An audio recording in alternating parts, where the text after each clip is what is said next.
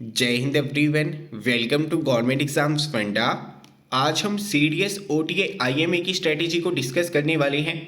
और वीडियो शुरू करने से पहले मैं कमिटमेंट देना चाहता हूं कि ये आज तक की बेस्ट स्ट्रेटेजी रहने वाली है। पूरे यूट्यूब के ऊपर सीडीएस एग्जाम के लिए इस तरह की स्ट्रेटेजी आपको देखने को नहीं मिलेगी। रीज़न बीइंग कि नॉर्मली मैं भी इससे पहले स्ट्रेटेजी वीडियोस अपलोड करता था, उनमें फोकस होता था कि कौन से टॉपिक्स आपको करने हैं, लेकिन उसके अलावा भी बहुत सारी चीज़ें होती हैं जो एग्ज़ाम क्लियर करने के लिए महत्वपूर्ण है। बहुत सारे डाउट्स आपके मन में आते हैं कि प्रीवियस ईयर क्वेश्चंस कितने करने हैं, कहाँ से करने हैं, टाइम टेबल आपका क्या होना चाहिए, अगर आप साथ में जॉब कर रहे हैं तो क्या टाइम टेबल होना चाहिए, अगर आप कॉलेज गोइंग स्टूडेंट है तो आपका टाइम टेबल क्या होना चाहिए, मॉर्निंग पर्सन है तो टाइम टेबल क्या होना चाहिए, अगर आप नाइट पर्सन है तो किस तरह से टाइम को मैनेज कर सकते हैं। इसके अलावा और भी बहुत सारी छोटी छोटी चीज़ें हैं कि अगर हमें रिवीजन करनी है तो करनी किस तरह से है और करनी कितनी बार है। सीधे सीधे आपको आंसर्स मैं यहाँ पर दूंगा। एक एक चीज़ जो हमारी सीडीएस की स्ट्रेटेजी वीडियो रहेगी उसकी बहुत ज़्यादा महत्वपूर्ण रहने वाली है, तो इस वीडियो को इग्नोर मत करना। कमिटमेंट मैंने आपको दे दी है। इसका मतलब यहाँ पर अभी आपको जो जो चीजें बताई जाएंगी वो सीडीएस एग्जाम क्लियर करने के लिए बहुत ज्यादा महत्वपूर्ण है, क्योंकि जब आप मॉक टेस्ट देंगे उसके अंदर गलतियां करेंगे, वहां पर गलतियों को एनालाइज कैसे करना है, आपके मन के अंदर क्लैरिटी कैसे आएगी, कैसे आप एक पैटर्न को फॉलो करते हुए अपने गोल के नजदीक जाएंगे, उन सभी चीजों को हम यहां पर डिस्कस करने वाले हैं। कोई भी चीज यहां पर छूटेगी नहीं। अगर आपके मन में कोई भी छोटे से छोटा डाउट है तो सबसे पहले कमेंट बॉक्स में मुझे बता देना, ताकि उसको भी यहां पर कवर किया जाए। क्योंकि ये जो हमारी स्ट्रेटेजी वीडियो रहने वाली है ना, इसके अंदर एक एक चीज कवर की जाएगी। जो इस वीडियो के अंदर रह जाएगी, जो हमारी नेक्स्ट वीडियो होगी उसके अंदर आपके डाउट्स को लिया जाएगा। कोई भी छोटे से छोटा डाउट है, चाहे आपको ये नहीं पता चलता कि उसके लिए सोर्स कौन सा फॉलो करना है, चाहे आपको ये नहीं पता चलता कि मॉक टेस्ट कब देने हैं, कितनी बार देने हैं, फुल लेंथ में मॉक टेस्ट कब देने हैं, मिस्टेक्स को एनालाइज कैसे करना है, कोई भी छोटे से छोटा बड़े से बड़ा डाउट है नीचे कमेंट बॉक्स में आपने पूछ लेना है। और इस वीडियो को लास्ट तक जरूर देखना, क्योंकि ये आज तक की बेस्ट स्ट्रेटेजी वीडियो आपकी रहने वाली है। तो चलिए बिना देर के करते हैं शुरू। आगे बढ़ने से पहले आपको इन्फॉर्म कर देना चाहता हूं कि जो आपका लास्ट सीडीएस का एग्जाम हुआ था, सीडीएस 2022 का, उसके अंदर 80 प्लस डायरेक्ट क्वेश्चंस हमारे जीएस कोर्स से आए थे, हमारे सीडीएस कोर्स से आए थे। यूट्यूब के ऊपर वीडियो भी हमने अपलोड की हुई है प्रूफ के साथ में। ये चीजें बतानी इस वजह से आवश्यक होती हैं क्योंकि बहुत सारे बच्चे जो है इधर उधर भटकते रहते हैं, क्वालिटी कंटेंट उन्हें नहीं मिल पाता है। क्वालिटी कंटेंट अफोर्डेबल प्राइसेस के ऊपर आपको मिलेगा गवर्नमेंट एग्जाम फंडा की एप्लीकेशन के ऊपर। और आज आप सभी के लिए एक बहुत अच्छा ऑफर है। सिर्फ और सिर्फ 5 लकी एस्पिरेंट्स आज के दिन में एफकेट कोर्स को ज्वाइन कर सकते हैं सिर्फ 600 रुपीज के अंदर। यहां पर video lectures, AFCAT GK e book, sectional mock test, full length mock test, एक एक चीज आपको प्रोवाइड करवाई जाएगी। इसके अलावा अगर आपका टारगेट सीडीएस है तो यहां पर ओटीए कोर्स के ऊपर 1000 एक्स्ट्रा ऑफ आपको मिलेगा, आईएमए कोर्स के ऊपर 1200 एक्स्ट्रा ऑफ मिलेगा, सीडीएस प्लस एफकेट कॉम्बो कोर्स यानी अगर आप दोनों एग्जाम्स को टारगेट कर रहे हैं तो 1400 एक्स्ट्रा ऑफ मिलेगा। अगर आपको सिर्फ जीएस सेक्शन के अंदर दिक्कत आती है तो सिर्फ जीएस वाले कोर्स को ज्वाइन कर सकते हैं, 700 रुपीज एक्स्ट्रा ऑफ मिलेगा। इंग्लिश और मैथ्स के कोर्सेज भी यहां पर अवेलेबल रहेंगे। आपको यहां पर कूपन कोड यूज करना है AF600 DIW40 और ये सिर्फ ऑफर है 5 लकी एस्पिरेंट्स के लिए। तो अभी आपको करना क्या है, एप्लीकेशन के ऊपर जाना है, गवर्नमेंट एग्जाम्स फंडा की एप्लीकेशन को डाउनलोड करना है, वहां पर स्टोर सेक्शन में जाकर इन कोर्सेज को अवेल कर लेना है जिसकी भी आप प्रेपरेशन करना चाहते हैं। एक एक चीज आपको यहीं पर मिल जाएगी, गाइडेंस आपको थ्रू आउट मिलेगी। और जो भी बच्चे हमारे साथ पिछली बार के जुड़े हुए थे, मैं उनको इन्फॉर्म कर देना चाहता हूं कि उनका कूपन कोड रिन्यू प्लस उसे यूज करने का आज आखिरी दिन है, तो देरी मत करना। अभी हम अपनी स्ट्रेटेजी के ऊपर आते हैं। जो छोटी छोटी बातें हैं उन्हें हम यहां पर डिस्कस करेंगे। आप एक कॉपी पेन ले लीजिए, क्योंकि ये बातें सुनने में जितनी आपको अच्छी लगेंगी ना, उससे कहीं ज्यादा आपके लिए इंपॉर्टेंट है, आपके काम की है। इन बातों को भूलना नहीं है। जहां पर भी आपके नोट्स बने हुए हैं सीडीएस के, उसके फ्रंट पेज के ऊपर ये जो छोटी छोटी बातें हैं उन्हें लिख लेना। एक बार रोज इन्हें देखना ताकि आप अपने गोल से भटक ना जाएं। आपको पता हो कि प्रिपेयर आपको करना किस तरह से है इस एग्जाम के लिए। सबसे पहले हम शुरुआत करेंगे मिस्टेक एनालिसिस से। देखिए, जब हम एग्जाम की प्रिपरेशन करते हैं ना, तो उसकी जो स्ट्रेटेजी है माइंड के अंदर जब क्लियर होती है तो हम अपने गोल की तरफ आगे बढ़ते चले जाते हैं। और गोल के बीच में बहुत सारी छोटी छोटी प्रॉब्लम्स आती हैं, बहुत सारे छोटे छोटे डाउट्स आते हैं। अगर एक एग्जाम को अप्रोच करने का वे हमारा गलत होता है ना, तो हम चाहे जितनी मर्जी मेहनत कर लें उसके अकॉर्डिंग रिजल्ट नहीं आ पाता। इसी वजह से जो बहुत सारी छोटी छोटी बातें भी है ना, उन्हें भी मैं यहाँ पर डिस्कस करूंगा, तो इसे नोट डाउन करते जाना। सबसे पहले हम बात करते हैं मिस्टेक एनालिसिस। जब आप एग्जाम के लिए प्रिपेयर करेंगे, जेन्युइन सी बात है कि आप मॉक टेस्ट देंगे, आप सेक्शनल मॉक टेस्ट भी देंगे, आप क्वेश्चन प्रैक्टिस करेंगे, एमसीक्यू प्रैक्टिस करेंगे, और वहां पर आपकी गलतियां होंगी। सबसे पहले आपको यह पता होना चाहिए जो हमारी गलतियां हैं, कितनी तरह की गलतियां हम कर सकते हैं। एक हमारी गलतियां होती हैं जहां पर कंसेप्चुअल एरर्स होते हैं, यानी कि आप पॉलिटी को उठा लीजिए, ज्योग्राफी को उठा लीजिए, आपने उन चीजों को पढ़ा था लेकिन उनके कंसेप्ट आप रिकॉल नहीं कर पाए, कॉन्सेप्ट में दिक्कत आ गई, पहली गलती। दूसरी गलती, फैक्चुअल इंफॉर्मेशन बहुत सारी होती है, खासकर अगर हम जीएस की बात करेंगे तो वहां पर फैक्चुअल इंफॉर्मेशन बहुत सारी होती है, और कई बार क्वेश्चन सॉल्व करते हुए जो फैक्चुअल इंफॉर्मेशन है वो हम रिकॉल नहीं कर पाते। कंसेप्ट हमें पता होते हैं लेकिन फैक्चुअल इंफॉर्मेशन हम रिकॉल नहीं कर पाते हैं। इसी तरह से तीसरी तरह की जो हमारी गलती होती है, न्यू फैक्ट। अब एमसीक्यू सॉल्व करने गए, आपने 5 चीजें उस टॉपिक के बारे में पढ़ रखी थी, लेकिन एक दो चीजें आपको यहां पर नई वाली नजर आ गई, जिसकी वजह से क्वेश्चन आपका हो गया गलत। यानी अगर कोई आपको नया फैक्ट दिख जाता है क्वेश्चन के अंदर, तो भी आप उस क्वेश्चन को गलत कर देते हैं। इसके अलावा जो गलती होती है वो है सिली मिस्टेक्स, यानी कि आपको कंसेप्ट पता था, आपको फैक्चुअल इंफॉर्मेशन पता थी, लेकिन क्वेश्चन पढ़ने में आपने गलती कर दी या थोड़ी सी जल्दबाजी कर दी, जिसकी वजह से वो क्वेश्चन आपका हो गया गलत।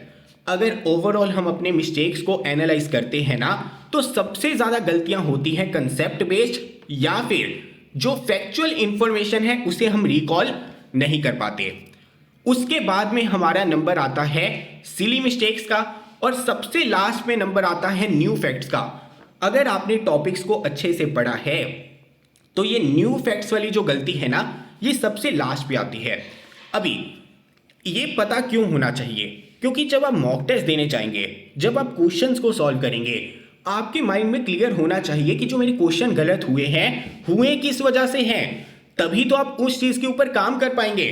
बहुत सारे बच्चे बोल देते हैं कि मॉक टेस्ट के अंदर मेरे मार्क्स कम आए हैं। कम तो आ गए, लेकिन कम क्यों आए हैं, वहां पर आपको देखना है कि आपकी मिस्टेक जो है कौन से पोर्शन में सबसे ज्यादा लाई करती है।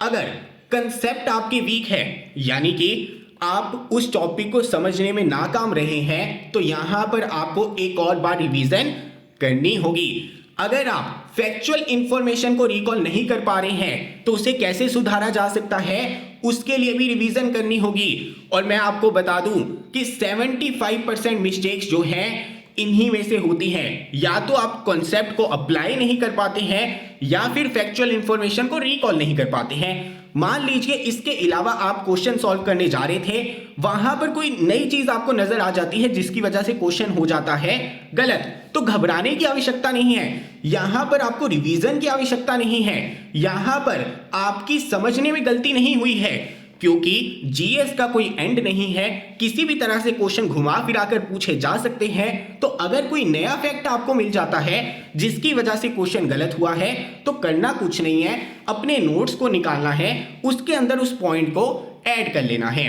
और अगर आप सिली मिस्टेक्स करते हैं ज्यादा, इसका मतलब है कि आपको प्रैक्टिस ज्यादा करनी है, रिवीजन ज्यादा नहीं करनी, प्रैक्टिस ज्यादा करनी है। प्रैक्टिस का मतलब ज्यादा एमसीक्यू सॉल्व करने हैं। तो सिंपल सी चीज हो गई कि मिस्टेक्स आपको एनालाइज कैसे करनी है। सबसे पहले अगर तो कंसेप्चुअल एरर है, फैक्चुअल रिकॉल एरर है, वहां पर आपको रिवाइज करना है। जनरली हम क्या सोचते हैं, अगर हमारे मार्क्स कम आ रहे हैं तो सिर्फ रिवीजन करनी होगी। ऐसा नहीं होता। अगर आप सिली मिस्टेक्स कर रहे हैं तो प्रैक्टिस करनी है, ज्यादा क्वेश्चन सॉल्व करने हैं। कंसेप्चुअल एरर है तो रिवाइज करना है, और अगर किसी नए फैक्ट की वजह से क्वेश्चन गलत हो गया तो यहां पर उस फैक्ट को सिर्फ और सिर्फ क्या करना है, ऐड कर लेना है। बहुत इंपॉर्टेंट चीज है, भूलना मत। आपको पता होना चाहिए कि गलतियां कितने प्रकार की होती हैं। जब वो पता होंगी तभी तो गलतियों को इंप्रूव कर पाएंगे, तभी तो आपके मार्क्स बढ़ेंगे। तो चलिए अभी हम आगे बढ़ते हैं। अभी नेक्स्ट इंपॉर्टेंट चीज हमारे पास में आती है रेफरेंस पीरियड फॉर एमसीक्यूज। जैसे कि मैंने आपको बताया है, छोटी से छोटी चीज को हम यहां पर टच करेंगे। मॉक टेस्ट कब देना है, कब नहीं देना, कब आपने सोना है, उठना है, जागना है, कब अपनी गर्लफ्रेंड बॉयफ्रेंड से बातें करनी है, टाइम टेबल क्या होगा, एक एक चीज को डिस्कस करेंगे। टेंशन लेने की जरूरत आपको यहां पर नहीं है। रेफरेंस पीरियड की अगर हम बात करें तो देखिए, प्रीवियस ईयर क्वेश्चन की इंपॉर्टेंस बहुत ज्यादा होती है, लेकिन प्रीवियस ईयर क्वेश्चंस को भी पढ़ना, उन्हें रेफर करना, उन्हें सॉल्व करना, उसका भी एक वे होता है। सिंपल सा रूल है, सिंपल सा लॉजिक है, अपनी कॉपी के ऊपर लिख लीजिए।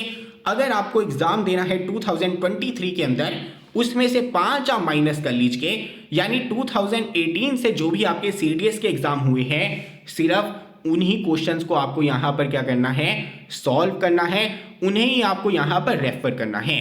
पैटर्न आपका लगातार बदलता रहता है, फास्ट मूविंग होता है, हमारे पास में चीजें बहुत सारी होती हैं करने को, तो कंफ्यूज नहीं होना है। 2018 से जितना आप पीछे चलते जाएंगे, ऐसा नहीं है कि ज्यादा पढ़ लेंगे तो आपके सक्सेसफुल होने के चांसेस बढ़ जाएंगे।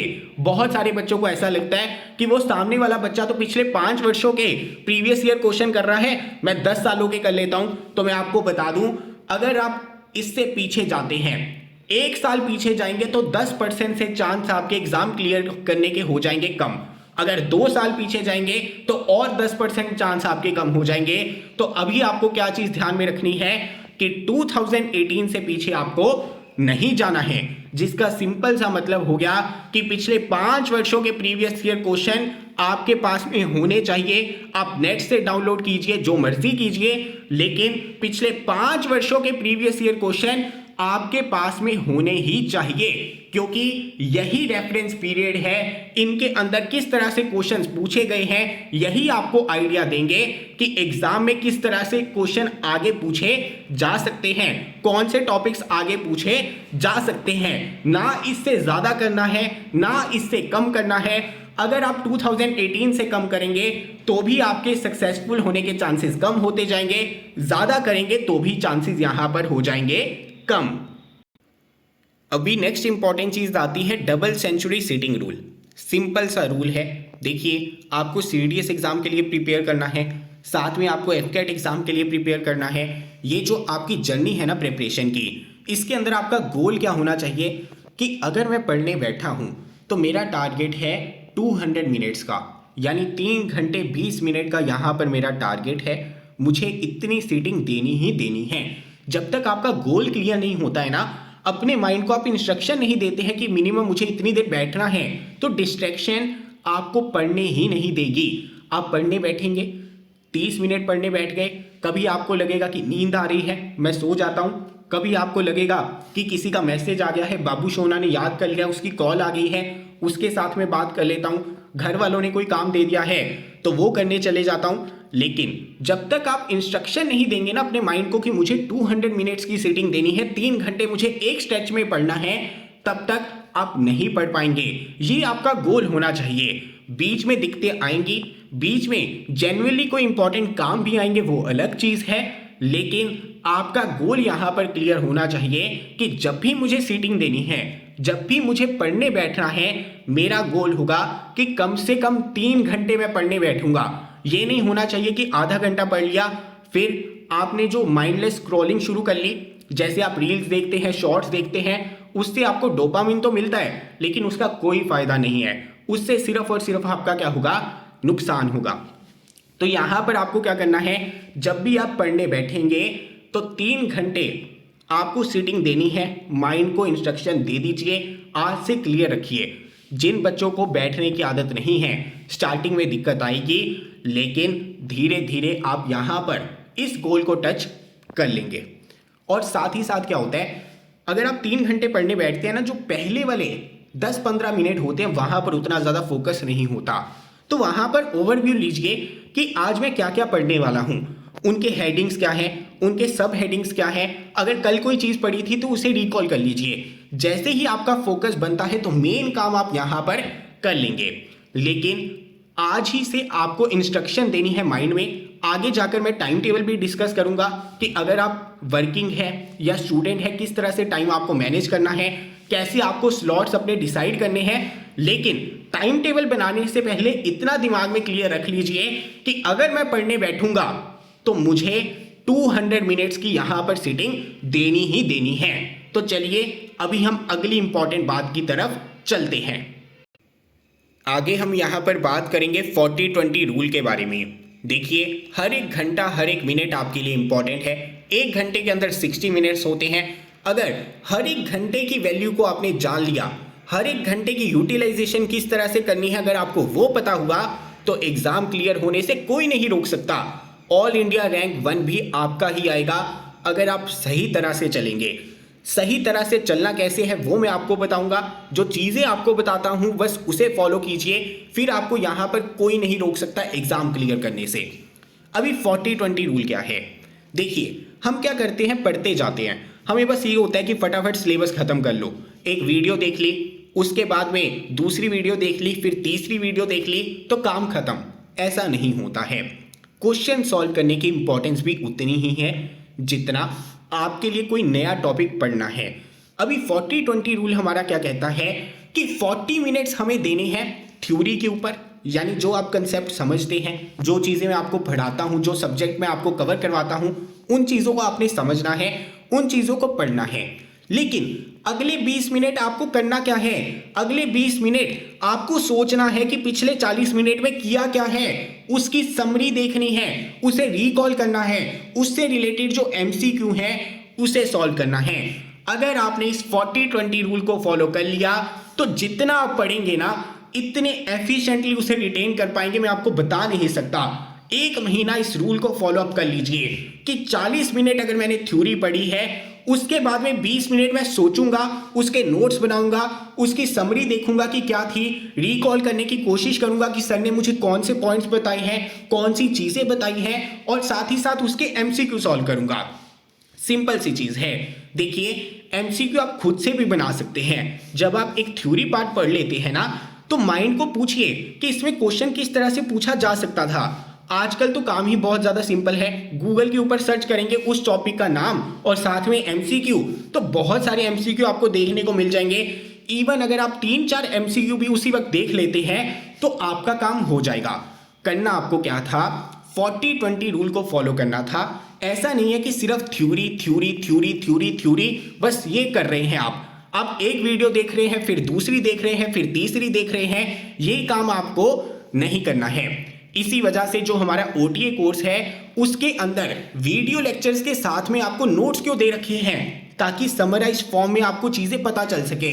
वहां पर मॉक टेस्ट क्यों दे रखे हैं, ताकि आप क्वेश्चंस को प्रैक्टिस कर सकें, आप एमसीक्यू वाली फील ला सकें। हम करते क्या है, ये सोच लेते हैं मैं पहले ना थ्योरी पढ़ लेता हूं, अच्छे से थ्योरी पढ़ लेता हूं, पूरे सब्जेक्ट्स यहां पर खत्म कर लेता हूं, एमसीक्यू में सॉल्व कर लूंगा लास्ट 1 महीने में। कोई फायदा नहीं होगा। अगर आप एफिशिएंटली प्रिपेयर करना चाहते हैं, रामबाण आपको बता रहा हूं, कोई भी एग्जाम आपको क्लियर करना है, कल को आपको यूपीएससी सिविल सर्विसेज की भी प्रिपरेशन करनी है, ध्यान में रखना हमें फॉलो करना है 40-20 रूल। क्योंकि अगर हमारी स्ट्रेटेजी क्लियर होगी, अगर हम जो प्रूवन मेथड्स हैं, जो हमारे टॉपर्स रह चुके हैं, वो भी ये छोटी छोटी चीजों का बस ध्यान रखते हैं। अगर आप इन चीजों का ध्यान रखेंगे ना, आप जो भी पढ़ेंगे अच्छे से पढ़ेंगे, उसे रिटेन कर पाएंगे, रिकॉल कर पाएंगे, उसे एफिशिएंटली यूज कर पाएंगे। तो करना क्या है, ये गलती कभी नहीं करनी कि थ्योरी पढ़ ली, फिर थ्योरी पढ़ ली, फिर थ्योरी पढ़ ली, एक चैप्टर पढ़ लिया, दूसरा पढ़ लिया, तीसरा पढ़ लिया। नहीं, 40 मिनट अगर मैंने पढ़ाई की है, अगले 20 मिनट मैं सोचूंगा कि पिछले 40 मिनट में क्या किया है, उसकी समरी देखूंगा, उसके शॉर्ट नोट्स बना लूंगा, उससे रिलेटेड एमसीक्यू देखूंगा। अगर आपने इसे फॉलो कर लिया, 99.99% चांस है आप पहले ही अटेम्प्ट में सीडीएस क्लियर कर लेंगे। बस इस स्ट्रेटेजी को आपको यहां पर फॉलो करना है। तो चलिए आगे बढ़ते हैं। अभी नेक्स्ट इंपॉर्टेंट चीज़ आपकी यहाँ पर आती है, don't be a soybean, be an egg. देखिए सोयाबीन भी प्रोटीन का सोर्स है, एग भी प्रोटीन का सोर्स है, लेकिन क्वालिटी प्रोटीन हमें मिलता है एग से। एग में प्रोटीन के साथ में जितने भी एसेंशियल अमीनो एसिड्स हैं ना, वो सारे के सारे पाए जाते हैं। चाहे प्रोटीन एग के अंदर कम है, लेकिन ये क्वालिटी प्रोटीन है। सोयाबीन के अंदर प्रोटीन का कंटेंट बहुत ज़्यादा है, लेकिन यहाँ पर क्वांटिटी है, क्वालिटी नहीं है। एग के अंदर प्रोटीन चाहे कम है, लेकिन सारे का सारा प्रोटीन हमारी बॉडी अब्जॉर्ब कर पाती है, कैलोरीज कम होती हैं, अनवांटेड चीज़ें यहाँ पर कम होती हैं। सोयाबीन के अंदर प्रोटीन का कंटेंट तो ज़्यादा आता है, लेकिन अनवांटेड चीज़ें भी ज़्यादा आती हैं, और पूरे का पूरा प्रोटीन भी हमारी बॉडी अब्जॉर्ब नहीं कर पाती। तो यहाँ पर क्वांटिटी चाहे ज़्यादा है, क्वालिटी कम है। इसी वजह से ज़िंदगी में आपको क्या बनना है? एग बनना है, अंडा बनना है, सोयाबीन नहीं बनना, क्योंकि आपको प्रेफर करना है क्वालिटी को, ना कि क्वांटिटी को। और ये गलती 99% बच्चे करते हैं जब वो पहली या दूसरी बार सीडीएस की प्रिपरेशन करते हैं।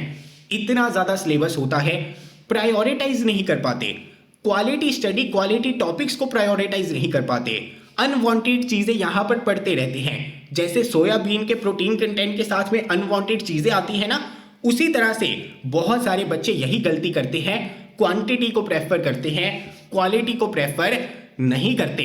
इसी वजह से आपको ज़्यादा दिमाग अपना चलाना नहीं है। हमारे जो कोर्सेज हैं सीडीएस के, उनके अंदर जो वीडियो लेक्चर्स आपको मिलेंगे, उनके अंदर जो आपको टॉपिक्स मिलेंगे, वो वही टॉपिक्स हैं जो आपके काम के हैं। जिस तरह से अंडे के अंदर वो प्रोटीन होता है ना, जो हमारी बॉडी अब्जॉर्ब कर सकती है, पूरे का पूरा अब्जॉर्ब कर सकती है, जिसमें अनवांटेड चीज़ें नहीं होती, वही चीज़ें आपको हमारे कोर्स के अंदर देखने को मिलेंगी। यहीं पर गाइडेंस और टीचर, मेंटोर, उसका रोल आता है। इसी वजह से आप आज ही हमारी एप्लीकेशन के ऊपर जाइए, बहुत सारे ऑफर्स चल रहे हैं। सीडीएस के जिस भी पोर्शन के अंदर दिक्कत आती है, उन कोर्सेज के अंदर एनरोल कर लीजिए।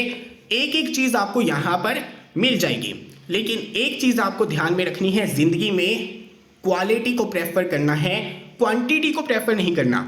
अभी बहुत सारे बच्चे मेरे पास में आ जाते हैं कि क्या सर ये टॉपिक एग्जाम के अंदर आ सकता है, क्या ये टॉपिक एग्जाम के अंदर आ सकता है। देखिए, ये यूपीएससी का एग्जाम है, ये कॉलेज का एग्जाम नहीं है। यहाँ पर कोई भी टॉपिक कभी भी पूछा जा सकता है, लेकिन इसका ये मतलब तो नहीं कि हमें सारे टॉपिक्स पढ़ने हैं। हमें प्रायोरिटाइज करना आना चाहिए। हमें यहाँ पर क्वांटिटी की तरफ ध्यान नहीं देना है, क्वालिटी की तरफ ध्यान देना है। जो चीज़ें इंपॉर्टेंट हैं, जो चीज़ें हमारी प्रायोरिटी लिस्ट में हैं, उन्हें यहाँ पर कवर करना है और अच्छे से कवर करना है। अगर उसे आप अच्छे से कवर कर लेते हैं, उसके बाद में एक्स्ट्रा चीज़ें आप करिए, किसने रोका है। लेकिन वो चीज़ें कवर कैसे होंगी इफेक्टिवली, वो भी मैं आपको बताऊंगा। ध्यान में रखना, क्वालिटी प्रोटीन जिस तरह से एग में होता है, उसी तरह से क्वालिटी चीज़ों को प्रेफर करना है, क्वांटिटी को प्रेफर नहीं करना। और ये क्वालिटी आपको हमारे सीडीएस बैचेस के अंदर मिल जाएगी। अभी आज आपको बहुत सारी इंपॉर्टेंट चीज़ें पता चल चुकी हैं, इसी तरह से बहुत सारी इंपॉर्टेंट चीज़ें अभी बताना बाकी हैं। टाइम टेबल को भी अभी हम डिस्कस करेंगे, आइडियल टाइम टेबल भी मैं आपको दूंगा। अगर आपको दिन में एक्स्ट्रा काम करने रहते हैं, वो कैसे करने हैं, टाइम को मैनेज कैसे करना है, वो सारी चीज़ें मैं आपको बताऊंगा। रिवीजन कैसे करनी है, जो बड़े वाले मॉक टेस्ट होते हैं, फुल एंड मॉक टेस्ट होते हैं, वो कब देने हैं, कैसे देने हैं, करंट अफेयर्स कब पढ़ने हैं, कैसे पढ़ने हैं, एक एक चीज़ मैं आपको यहाँ पर बताऊंगा और दिल खोल के बताऊंगा।